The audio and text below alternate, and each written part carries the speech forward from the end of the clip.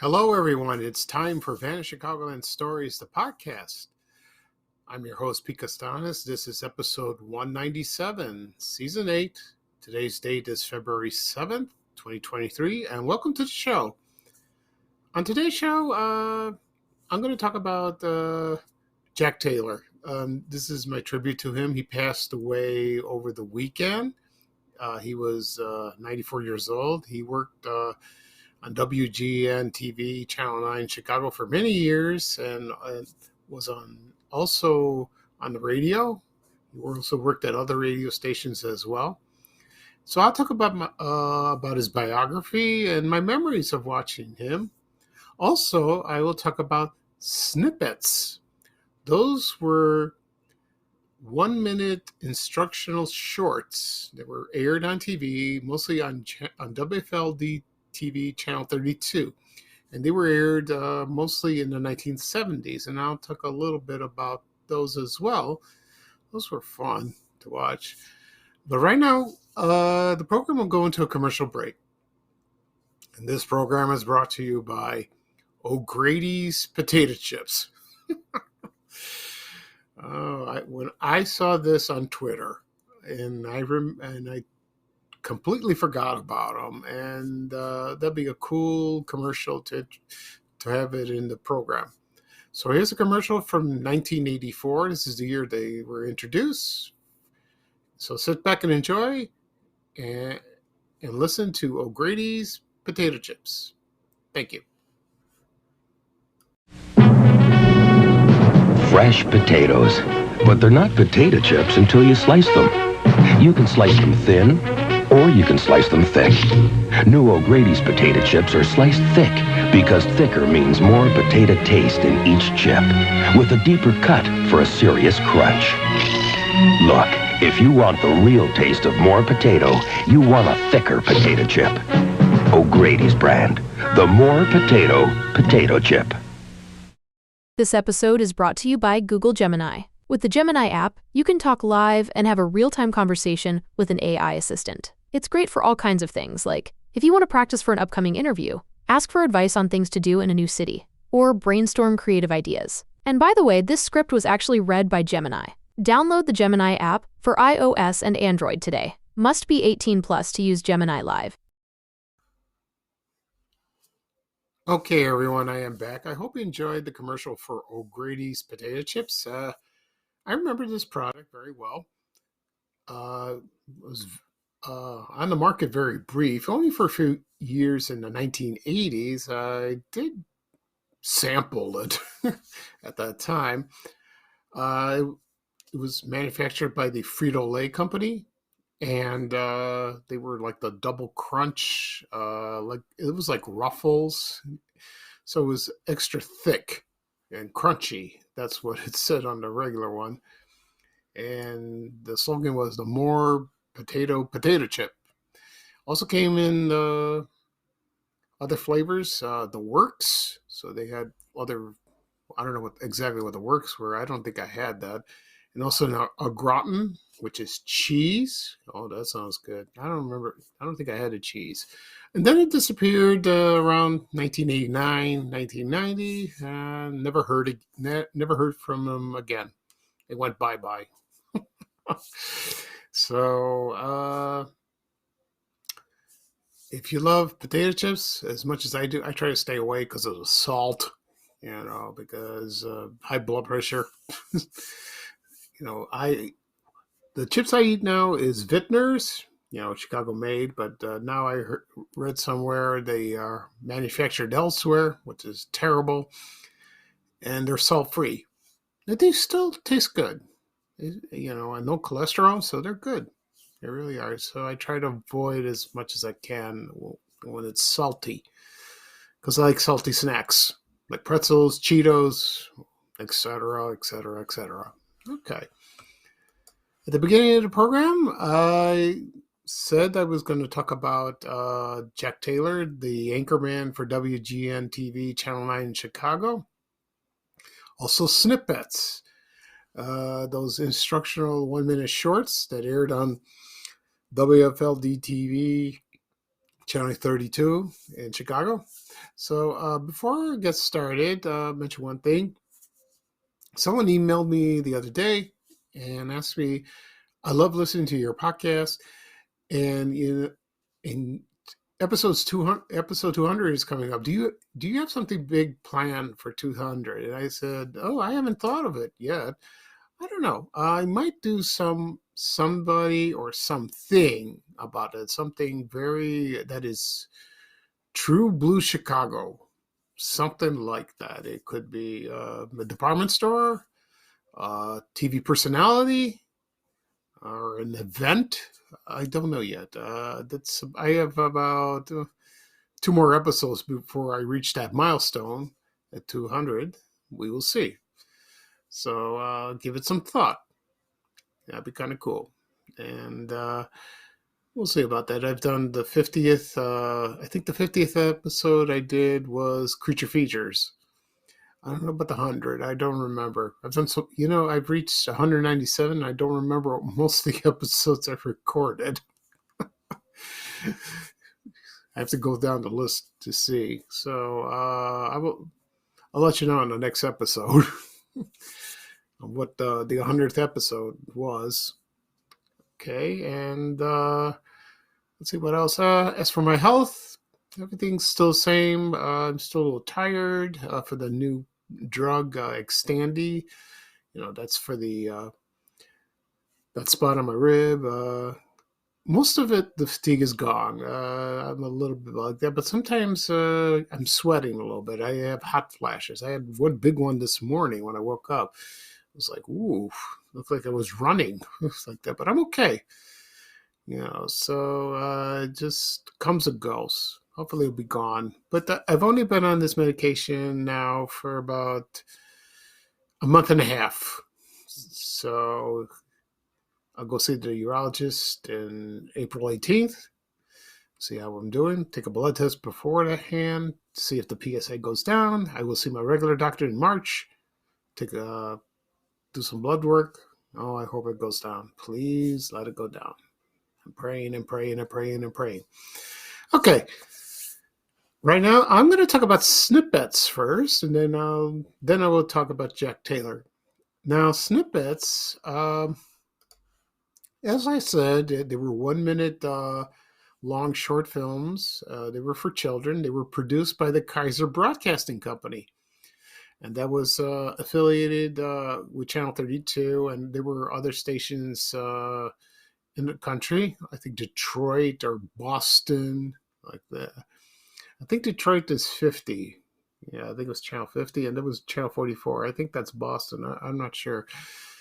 And they were syndicated across the country. And they were introduced in 1972. And they were shown during the afternoon, like the afternoon lineup of the kids program on that channel. Like, for example, there was Speed Racer, Magilla Gorilla.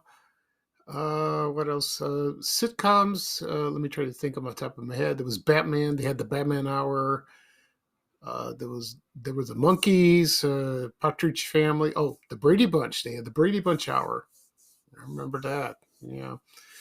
And that lasted about 10 years, about from 72 to 1982. And during the first year that was on the air, the theme song for Snippets was the band called Hot Butter, and they were an instrumental band, and they used their Moog synthesizer, one of the earliest of those, and the song was Popcorn. So I think a lot of people during the 70s remember that song. It hit in the Billboard charts very high. It went dun, dun, dun, dun, dun, dun, dun, dun, dun, dun, dun, dun, dun, dun. It went like that. And then they showed like the promo card, like the card showing snippets in plaid leathers, and a lot of if you go on the internet and do a Google search, you would see that. And a lot of kids would say snippets like that. And then it was later changed to 5 green worms. They were saying in unison snippets. That came later on. There were about 100 snippets produced between like that. So it ran for 10 years. Ran for 10 years, but actually the new ones, the original ones, ran for about 6 years, and then they were shown on other TV stations. So I don't know if Channel 9 show on WGN. I don't think so. Not that I know of. So I'm going to mention the most memorable, the most shown. So I have a list here, so I'll go really quickly and I'll tell you. And I'll save the best for last. Okay. So here we go. There was one called Buzzsaw, and it teaches kids how to create a buzzsaw like toy using string and some light wood. Also, Now, that was called. It's a kid. It shows a kid doing his homework, and he's distracted. And then the viewer asked, "Did you do your homework? Or did you do your homework yet?" I remember that one. He was distracted by a glass of milk, a ball, the telephone, the television, the radio, anything like that. Next up, there were 3 separate skits teaching the metric system. And I remember that. I learned that at grade school. I hate to admit it, but I forgot all about it. Also, there was Smile Gangs. It was a clip about some inner city neighborhood showing a bunch of kids, and got together with a bunch of kids, and they had like a standoff briefly, and then they just made then they smiled to one another, and then became friends. That's nice. Another one was called Girls Can't Play Basketball. 3 boys were shooting hoops, and they're joined by a girl, and one boy didn't want him to play. And, he didn't give her a chance, but he gave in, and then he allowed her to play. That's fine. Also, there was like an animated, like a claymation person or thing. It was a green man, kind of mean looking, and it's called Bad for You. And he was sitting there eating candy, cakes, chips, all kinds of junk food. It was not good for you, and he got fatter and fatter, and then he melted away, but he was still in denial because he said these were good for me. It's not true. And the other one was called Good for You Foods. Good for You Foods. It's another skit showing eating the proper foods like meat, fish, fruits, veggies, and others showed like the bad ones, like soda pop, candy, snack, potato chips, probably snack cakes, all that. And the voice ends, next time you eat to win. So that's kind of nice like that. Let's see. Also, there was the New Kid in the Neighborhood. That's about this Asian kid. He felt a little nervous. He didn't. He wanted to play. He saw some kids playing ball, but he wanted to join them. And so one kid felt sorry for him and asked him to play, and then he became friends. It's kind of nice. I know that feeling. It's happened to me many times when I was young. Also, there was Take Turns and Share. That's with a slide. Also, skateboard safety rules. George Washington Carver. That's about that man. Also, Make Friends, Don't Fight. And also A Smile to Brighten Someone's Day. Also, Nobody Told Me to Wash My Hands. And Acorn Whistle. Also, Homework First. Books Make Good Friends Too. And then it was The Fireman. I remember this one. I like that. Also, there was School Principal. Also, Mom Says Brush Your Teeth. And What Will I Be When I Grow Up? And many, many, many more. So if you like to watch them, please do. They're on YouTube. Just type in the search engine for snippets. And I saved the last part last. And it's called Come Back Here. And this one was the most memorable one of them all, which is a coffee can. And right now I'm going to play it so you can listen in. And this is courtesy of the Museum of Classic Chicago Television, fuzzymemories.tv by Kurt Klein. Thank you very much. And this is from 1981.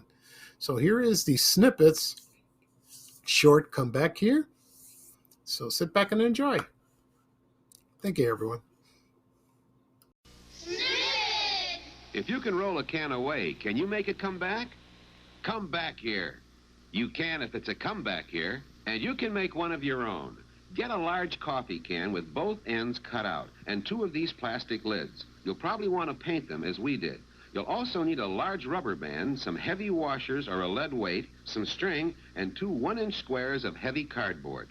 First, tie the weight to one side of the rubber band. Next, make a 1-inch cut exactly through the center of each plastic lid.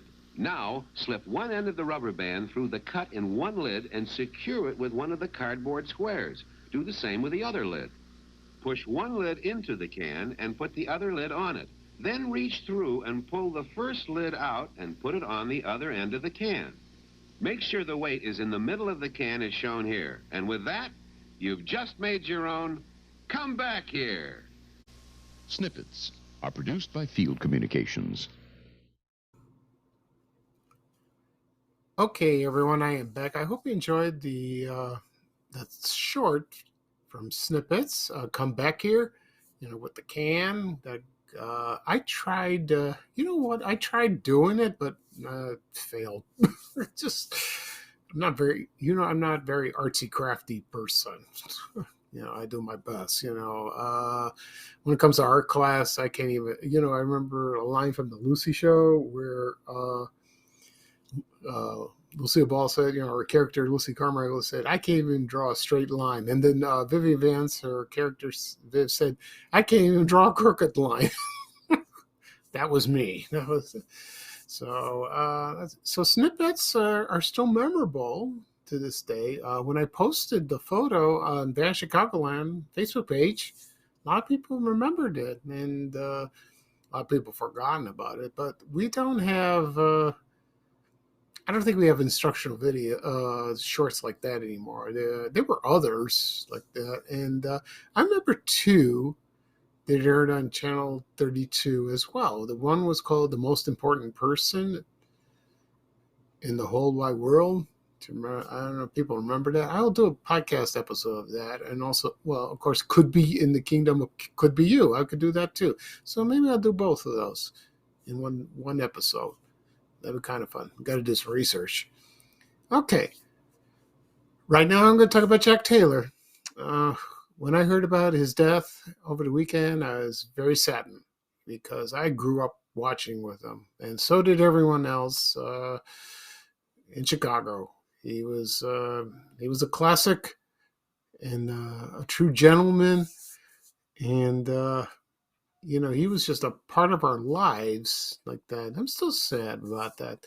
So I'll talk about my memories of him, and I will talk about his biography. I'll do the best I can. I will not leave out Nightbeat because that's important. So let's see. So here we go. Let's see. And So he spent, Jack Taylor spent about almost 70 years on TV and radio. Okay, so, and this is based on his obituary that was printed yesterday. And he was born not in Chicago, in South Dakota. It was a town called Redfield on a small farm. Yeah. On December 7, 1928. And, that was during, and then the Depression came. Well, that was tough. And so he wanted to escape from that, and he wanted to join the military. And he did that. And he got an assignment, and he worked, and he enlisted in the Army at Fort Knox, Kentucky. And then a lot of people noticed his voice. He had a good speaking voice. And then he got worked at the Armed Forces Radio. And I think at the first radio station he worked was at WNOXAM, of course. It was the Armed Forces Radio, Fort Knox, Kentucky. We keep all the gold and all the nice stuff. And he became the staff announcer, and he loved his music of jazz. He loved then. Then he continued in Kentucky. He worked at a radio station WINN AM. That's 2 N's, in Louisville. And that's where he met his wife, Virginia. And then as time went on, he auditioned for a job at WCFL in Chicago, Super CFL. Remember that? And he was 20 years old, and he got it. I guess he passed the audition with flying colors. And then, so I don't know when he exactly, when he got the job, probably 59 or 60 or something like that. And then well, I could be wrong. No, like about very early in the 50s. I don't know when WCFL started exactly. Forgive me. Then he moved to WBBM AM, probably 780. Yes, and on Chicago, of course. And then he moved to WGN-TV. He was on the radio for a long, long, long time. And he was a news anchor. He was a host of a show. He was an announcer. He probably did commercial spots. I imagine he did. And then he moved over to television in the 60s. And let's see. He hosted a show around 1964 called Real Life Stories. And it aired on 11:30 in the morning, Monday through Friday on Channel 9, 11:30, right after Girl Talk with Virginia Graham. I don't remember he did that. No. And as for the news, he didn't do the news every day. I think he did on the weekends. I believe he did. And also he had a radio show his own. He hosted with a woman named Virginia Gale. They were there for quite a while. And let's see. So, and then he became the Anchorman on WGN newscasts, I think at 5 o'clock and at 10 o'clock. And he was there for almost 10 years. Yeah. And the lineup consisted of Harry Volkman doing the weather, Jack Burkhouse doing the sports. Also, there was Wendell Smith. If that name rings a bell, there was I forgot who the other guy is. I'll get to him in a minute. There was Wendell Smith, and there was Floyd Brown, who just passed away recently. Oh yeah, that was bad. So he lived a long life too. He really did. And let's see. So and also who was on the show on the news program was Len O'Connor. Oh, that man was something else. either you liked him or you didn't like him. My mother made fun of him all the time because she didn't understand a word he said because he mumbled. I understood him when he was on TV, but she didn't. And at the end of his comment, he did the commentaries on the news all the time, and I am Len O'Connor. That was great. Yeah, I can't think of the other guy. I'll think of some. I'll think of it in a moment. Anyway, so he was very popular. That is, Jack Taylor was very popular with viewers, and like me, and I look forward to watching him. He was a great voice. You felt comfortable watching him as well. And after 1979, John Drury joined WGN, and then Jack Taylor went to Nightbeat. Now, Nightbeat, I don't know when exactly that started. I think Carl Grayson, if you remember him, he was the original voice of Creature Features, and then it was Marty McNeely after that. Nightbeat, but a lot of people remember Nightbeat from the late 70s and during the 80s. And the ones that did the anchored the news were Marty McNeely, Jack Taylor, also Floyd Brown did that. Okay, and also, I forgot one more person that Jack Taylor co-anchored with was Larry Roderick. As far as I know, he's still alive, but last I heard, he moved to Colorado, retired there. I think he's still alive. I'll double check. So Nightbeat was mostly where I watched Jack Taylor the most time, because when he started, I was in high school. Then I went to college, Daly College, for a couple of years. Then I went to DeVry Institute of Technology, where I stayed up late most of the time and watched Nightbeat. When I was studying for my exams or doing my homework, cramming all that stuff, oh, that was rough. I watched either Johnny Carson or David Letterman. Actually, I watched David Letterman, and then because he was on 11:30, and then about 12:30 it ended. Usually Nightbeat aired. It started air maybe about after midnight or 12:30 or 1 o'clock, either of those times, whenever the 10:30 movie was on. Yeah, like that. So right now I'm going to play a portion of Nightbeat, courtesy of, let's see, yeah, I'm going to do that. The Museum of Classic Chicago Television, FuzzyMemories.tv by Rick Klein again. So this is just the introduction. So you would hear the familiar theme song of Nightbeat. Someone posted they want to know what was that theme song? What was the name of that? And they did find the name, but if you have to go on YouTube and search it because I don't know what it was. Okay, so right now I'm going to play the introduction of this is the opening minutes of Nightbeat, and this is from August 1st, 1980. This lasts about a minute and a half with Jack Taylor. So sit back and enjoy, everyone. Thank you. WGN Television, Chicago.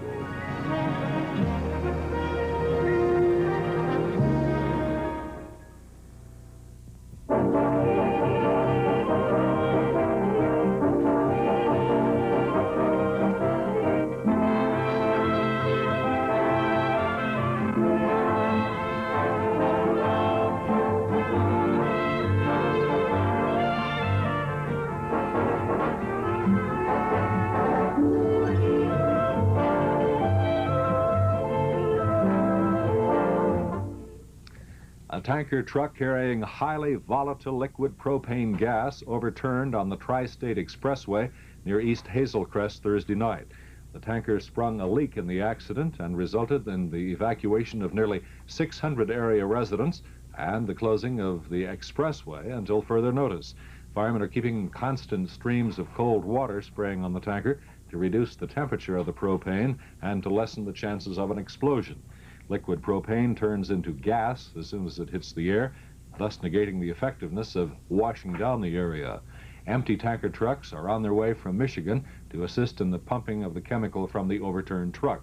State police say the Tri-State Expressway will be closed for at least several hours until the propane has been cleared from the area. Okay, everyone, I am back. I hope you enjoyed the opening minutes of Nightbeat with Jack Taylor. I found out who was the person that he was on the tip of my tongue, and I couldn't think of his name. It was Rick Talley. He did the sports on WGN-TV, Channel 9. Also, there was a weatherman named Jerry Peterson. He sounds familiar. I don't know. I think Rick Talley passed away. I don't know about Jerry Peterson. I haven't done a research about him. After I'm done with the program, I'll do an online search on him as well. So Nightbeat, I don't know when exactly it ended. Probably about mid 80s, late 80s. I'm not sure exactly. I was going to do a podcast episode about that show, Nightbeat itself. Get some research on that and talk about my memories. But now I just did with Jack Taylor. Okay, and let's see what else. Also, Jack Taylor was best known as a financial news anchor and interviewer for many years from that show, The Stock Market Observer. If you remember, this was on the U. Well, it wasn't called the U. It was WCIU TV Channel 26. They showed this in the morning, and I remember all the numbers and the letters on the bottom of the screen. Like that. What was it? And he hosted that for many years, many years. So he was well known for that. He was still on WGN radio, and then something happened. Then he quit. And then after, I think when they got rid of the Stock Market Observer, he moved over to WFN-TV, and it was a 24-hour financial news network. I don't know much about that information. I don't know if that was Channel 26 or it was another. No, not Channel 26. I meant 66 or Channel 60. I got to look into that. And then he returned to radio, but not at FM 100. WLOO. I can't say that. WLOO FM. With the beautiful music. I remember those commercials. So. And he had his radio show there as well. So he was there for quite a while.